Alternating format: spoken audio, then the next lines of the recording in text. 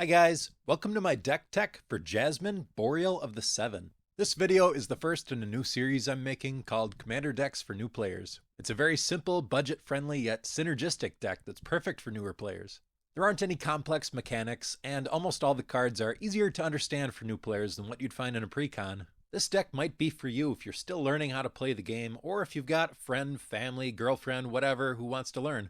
Let's take a look at the commander. Jasmine, Boreal of the Seven costs 1, a green, and a white for a 2/4 with tap. Add green white. Spend this mana only to cast creature spells with no abilities. Creatures you control with no abilities can't be blocked by creatures with abilities. So, nearly all the creatures in our deck are going to have no abilities, what we call vanilla creatures in Magic. Typically, nobody plays these vanilla creatures in Commander because they're usually less powerful. But with this commander, it makes all of our creatures essentially unblockable, and obviously that makes them way better.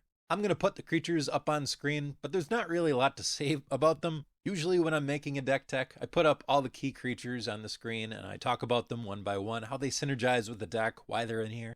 But this is a unique deck. This is, I think, the perfect deck to start the series off with, because what could be more simple than a deck with 30 creatures with no abilities? These creatures weren't just chosen at random though. Of all the vanilla creatures in the history of Magic, I picked the ones that had the most power. So, for example, I'd rather play a creature with 6 power and 3 toughness than a creature with 3 power and 6 toughness. That's because this deck is pretty aggressive. As long as Jasmine is in play, we want to be on the offensive, and creatures with higher power are best for that. Alright, there's 2 creatures in the deck that aren't vanilla creatures. First, Beast Whisperer. 2 green for a 2/3. Whenever you cast a creature spell, draw a card. Now this deck has quite a few creatures in it, so assuming it stays on the battlefield, it should net you quite a few cards. And drawing cards is one of the most important, most powerful things you can do in Commander. The last creature in the deck is Ruxa, Patient Professor. For 2, a green, it's a 4/4 that has, whenever Ruxa Patient Professor enters the battlefield or attacks, return target creature card with no abilities from your graveyard to your hand. Creatures you control with no abilities get +1/+1. You may have creatures you control with no abilities assign their combat damage as though they weren't blocked. So, Ruxa offers card advantage through returning creatures from your graveyard to your hand, which is very good, much like card draw. It also makes most of your creatures bigger. And that last ability, you may have your creatures with no abilities assign combat damage as though they weren't blocked. So that can be a little bit confusing for new players. I'm going to explain it for you. Let's say you attack with a 3/3, that's 3 power and 3 toughness, and they block with a 2/2.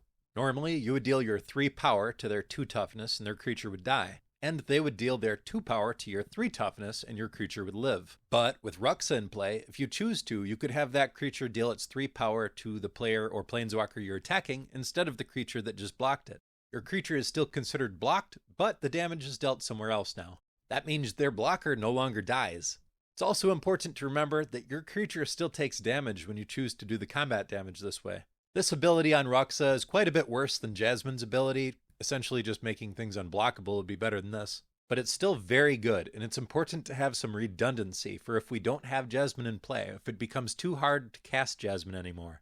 Okay, the next section of the deck is Anthems. In Magic, an Anthem is something that gives plus power and toughness to creatures you control, much like Ruxa. Ruxa has a Anthem built into her.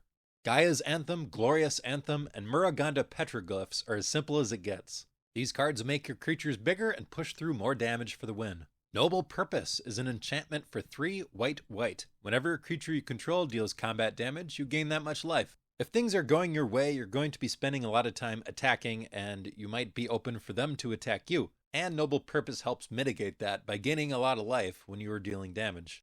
We also have a couple cards that destroy all or most of the creatures on the battlefield. Sometimes you just have to wipe the board.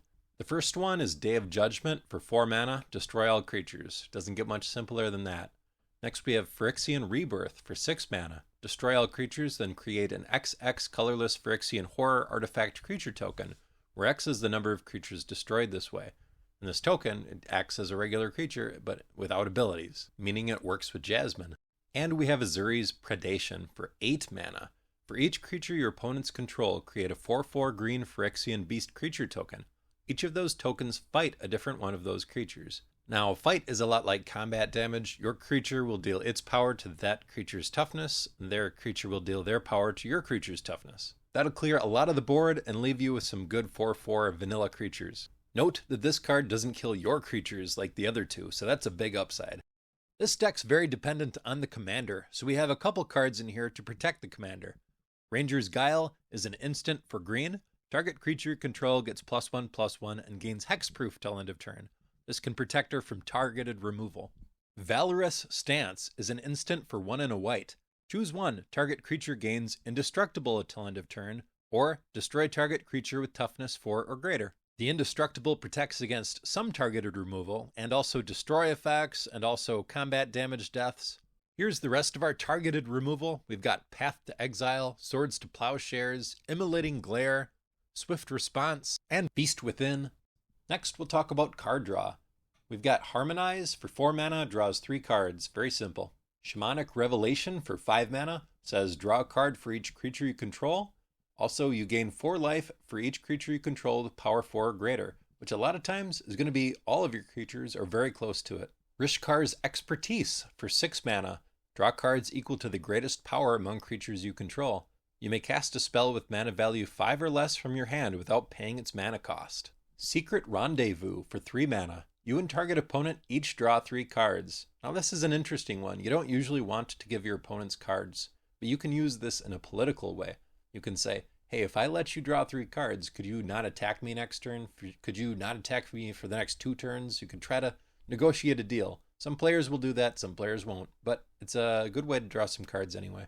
Hunter's Insight is an instant for 3 mana. Choose target creature you control. Whenever that creature deals combat damage to a player or a planeswalker this turn, draw that many cards. And since your creatures are going to be pretty big and often unblockable, this can draw you quite a few cards, and it's an instant, so they don't see it coming. Return of the Wild Speaker is an instant for 5 that says, choose one, draw cards equal to the greatest power among non-human creatures you control, or non-human creatures you control get +3/+3 until end of turn.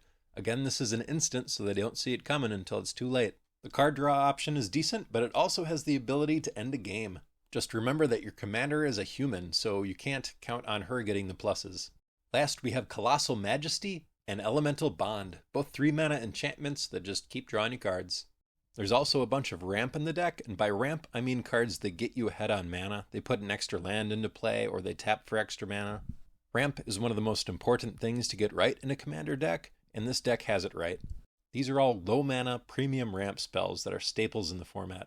And after that, there's just lands, and that's everything. The deck would currently only cost $52 on Card Kingdom and only $30 on TCG Player. There's a link to the full list in the description if you want to check it out. If you enjoyed the video, hit the like button. That would help out the channel a lot, and consider subscribing if you like videos like this. Thanks for watching.